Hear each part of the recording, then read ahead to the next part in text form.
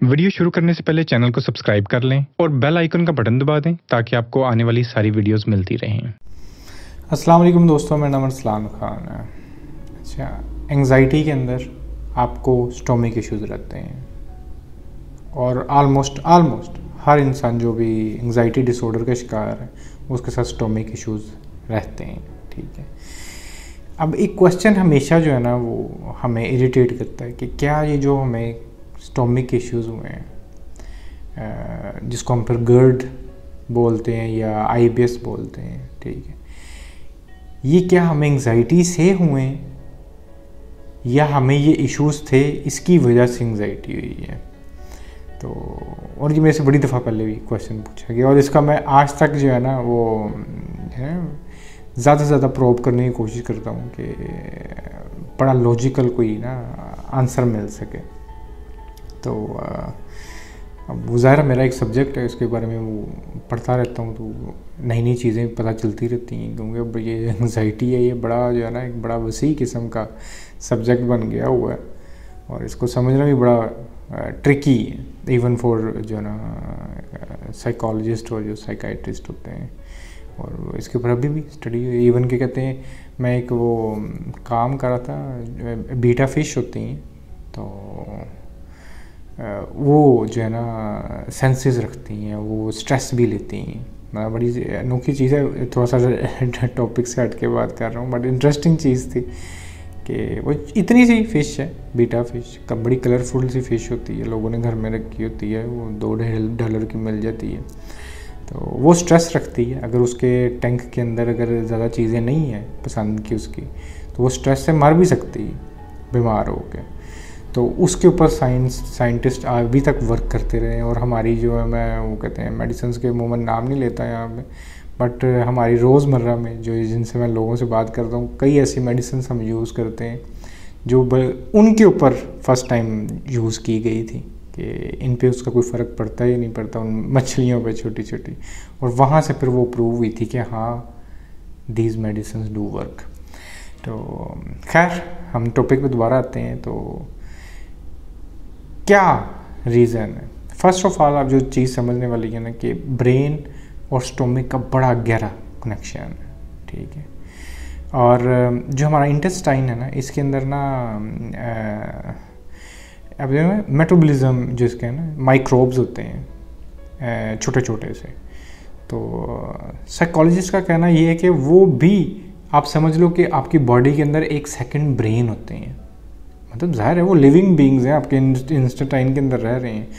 और उन्होंने जब स्टडी किया, उन्होंने कहा कि हमने जब एक नॉर्मल इंसान के वो जो माइक्रोब्स हैं उसके ऊपर स्टडी किया और फिर कई ऐसे लोगों के ऊपर स्टडी किया, उनको देखने की कोशिश की जो जिनको एंजाइटी है, तो दोनों के जो वो माइक्रोबेन्स थे ना, जो माइक्रोब्स जो अंदर उनके थे, वो डिफरेंट थे, उनकी जो ना हालत अलग अलग थी। जो एंजाइटी वाले थे ना उनकी अलग हालत थी। तो वहाँ से आइडिया हुआ कि इसका मतलब है यहाँ पर गड़बड़ है, ठीक है। बिल्कुल इसी तरह जिस तरह वहाँ पर अगर गड़बड़ होगी तो क्या होगा हमारे साथ इश्यूज़ होंगे एसिड रिफ्लक्सेस के। जो स्टोमिक से एसिड होते हैं वो अमूमन यहाँ पर ऊपर नहीं जाने चाहिए, वो क्या आता है कि यहाँ तक आते हैं, हमें हार्ट बर्न होते हैं। अब वो हार्ट बर्न बड़ी अजीब सी कंडीशंस भी ले सकते हैं। समटाइम्स वो हमें हार्ट बर्न से ज़्यादा हमें चेस्ट पेन फील होता है। अब जो कहते हैं, जितने लोग एंजाइटी से लड़ रहे हैं दे डू अंडरस्टैंड कि चेस्ट पेन बहुत कॉमन से सिम्टम है इसका, ठीक है। और वो बेसिकली यही रीज़न होती है। अब वो बेसिकली आपके एसिड रिफ्लक्सेस होते हैं, और वो क्यों हो गए? वो आपके स्टोमिक इश्यूज़ की वजह से हो गए हैं, ठीक है।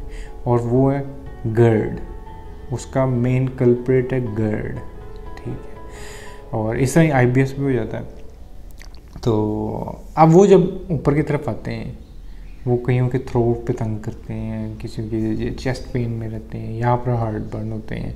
अगर आप कहते हैं कुछ खाया है, वो एसिड रिफ्लक्सेस क्रिएट हो गए हुए हैं, वो आ रहे हैं, अब जाके रात को लेट जाओगे आपको पैनिक अटैक हो जाएगा।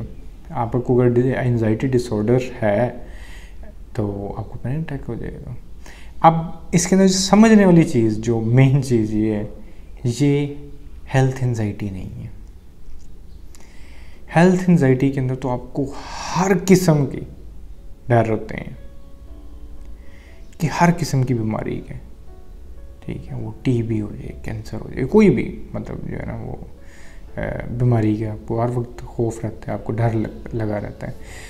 पर ये एक ऐसी चीज़ है जो गर्ड इश्यूज़ हैं, ये जिस भी इंसान को एंजाइटी है ना उसके साथ ये अटैच हो जाते हैं। आपको गर्ड इशू है, ठीक है, उससे उसकी जो घटिया तरीन फॉर्म ये होगी कि वो आपको इंडियन एंजाइटी करवा देगी, ठीक है। ये दोनों का बड़ा अजीब सा कनेक्शन है। और अगर आपको एंजाइटी डिसऑर्डर है उसके बाद आपका जो गर्ड होगा वो वर्सन हो जाएगा। तो दोनों बहुत ही मतलब जो है इनका एक तो कनेक्शन बहुत ज़्यादा है और ये एक दूसरे को आप ये समझ लो कि सपोर्ट करती हैं।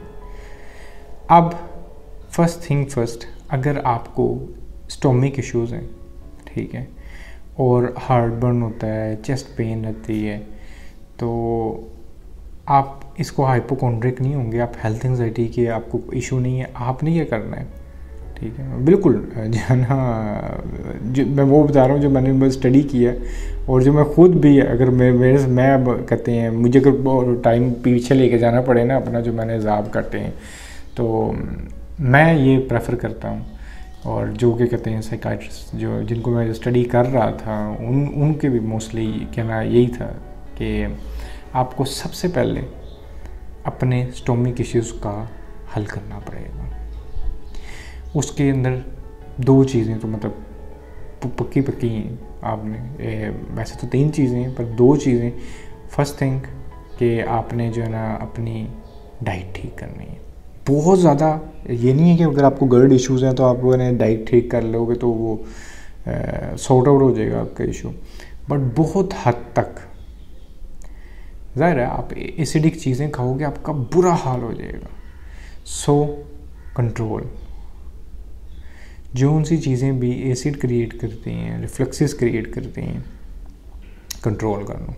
मैंने बहुत साल तक जब मैं कहते हैं एंजाइटी की मेडिसिन ले रहा था तो उसके साथ साथ मैं ये स्टोमिक की जो है ना मेडिसिन खाता रहा हूँ, और स्पेशली वो जो एसिडिटी को कम करें आपके स्टोमिक के अंदर। बेतहाशा है, आप किसी भी जनरल फिजिशियन से भी पूछ लेंगे वो आपको बता देगा कि स्टोमिक की ये जो इश्यूज़ हैं ना इनको किस तरह कंट्रोल करना है, क्योंकि गर्ड आपका जो है ना वो कंट्रोल होना बहुत ज़रूरी है, वरना ये आपकी एंजाइटी एक तो जहन्नम बना देगा और हर वक्त आपने हल्का सा कुछ खाया नहीं आप पैनिक अटैक, हल्का सा कुछ खाया नहीं पैनिक अटैक।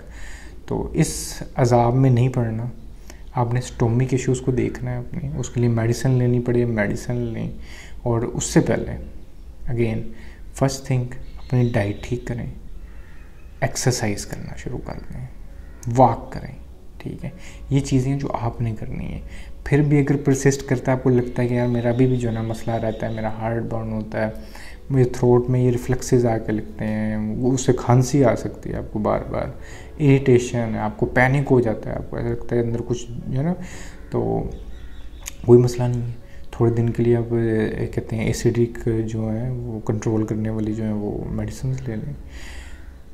फिर जब आप देख लें कि अच्छा अब ये कंट्रोल है, इसके बाद भी अगर आपको परसिस्ट करता है, अव्वल तो आई एम हेल श्योर कि इसी के अंदर ही आप इसके साथ साथ डीप रिलैक्सेशंस करें, हल्की हल्की मेडिटेशन करें। आपको मतलब मेरा अपना मानना है, जिन लोगों को मैं जानता हूँ और जितने मैंने जिन लोगों के साथ आगे समझो कि डिस्कशंस की हैं, अल्लाह का बड़ा शुक्र है उनमें से बहुत से लोग बिल्कुल ठीक हो गए हैं।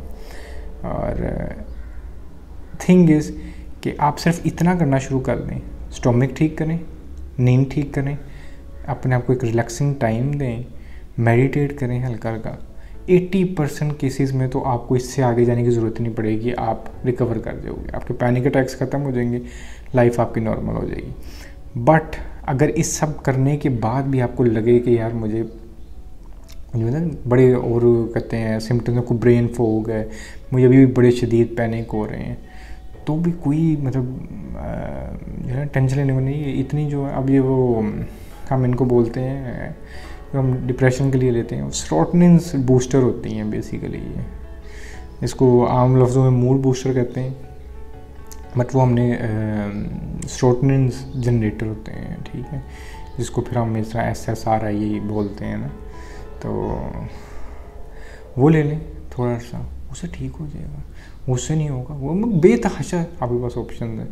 तो पर ये है कि उसके अंदर भी आपका फर्स्ट थिंग आपका स्टोमिक ठीक होना ज़रूरी है, क्योंकि इवन इन अगर आप हाइपोकोंड्रियक भी हो तो आपको इसे और वर्सन कर देगा। हालांकि वैसे तो इसका हाइपोकोंड्रिया से कोई ताल्लुक नहीं है, ज़रूरी नहीं है कि आपको ये कहते हैं हो, बट स्टिल आप स्ट्रेस लेते हो, आप अपने आप को हर वक्त एक प्रेशर के अंदर रखते हो, तो उसका आपके स्टोमिक के ऊपर असर पड़ता है। आपको कहते हैं किसी बड़े बड़े ब्लोटेड रह सकते हो, और फिर वो रिफ्लेक्सेस की वजह से अगेन आपको पैनिक अटैक होंगे। तो अगेन अपने स्टोमिक का बहुत ज़्यादा ख्याल रखना है आपने। मतलब अगर मैं ये कहूँ ना कि आपको अपने दिमाग से ज़्यादा आपको अपने स्टोमिक का ख्याल रखना है। दिमाग बड़ी स्ट्रॉन्ग चीज़ है, वो बड़ी चीज़ों को बड़ी तरीके से हैंडल कर लेती है, ठीक है। वो बैठ जाएगा, आप उसको सिर्फ रिलैक्सिंग टाइम दो। उसके लिए मैं मतलब पर्सनली मेरे से कोई पूछे कि हम कितनी देर मेडिटेट करें या माइंडफुल एक्सरसाइज करें, मैं दिन में 10 से 15 मिनट से ज़्यादा उनको कहता भी नहीं। सुबह 5 मिनट कर लिया, रात सोने से पहले 5 मिनट कर लिया, दैट्स इनफ। पर स्टोमिक के केस में इसका ख्याल रखना है अपने डाइट से, ठीक है। डाइट हल्की करनी है, अच्छी चीज़ें खानी है, गैस्ट्रिक चीज़ें नहीं खानी है, ठीक है। एक्सरसाइज करनी है, वॉक करनी है, हर मील के बाद हाफ आवर लाजमी वॉक करनी है। तो स्टोमिक का ख्याल रखना समझ लें आपकी फुल ऑन ड्यूटी। दिमाग खुद ब खुद ठीक हो जाएगा, ठीक है। तो इतना स्ट्रॉन्ग कनेक्शन है इन दोनों का, तो इसको समझ के जो है ना आपने आगे चलना है। आज के लिए इतना ही, अल्लाह हाफिज़।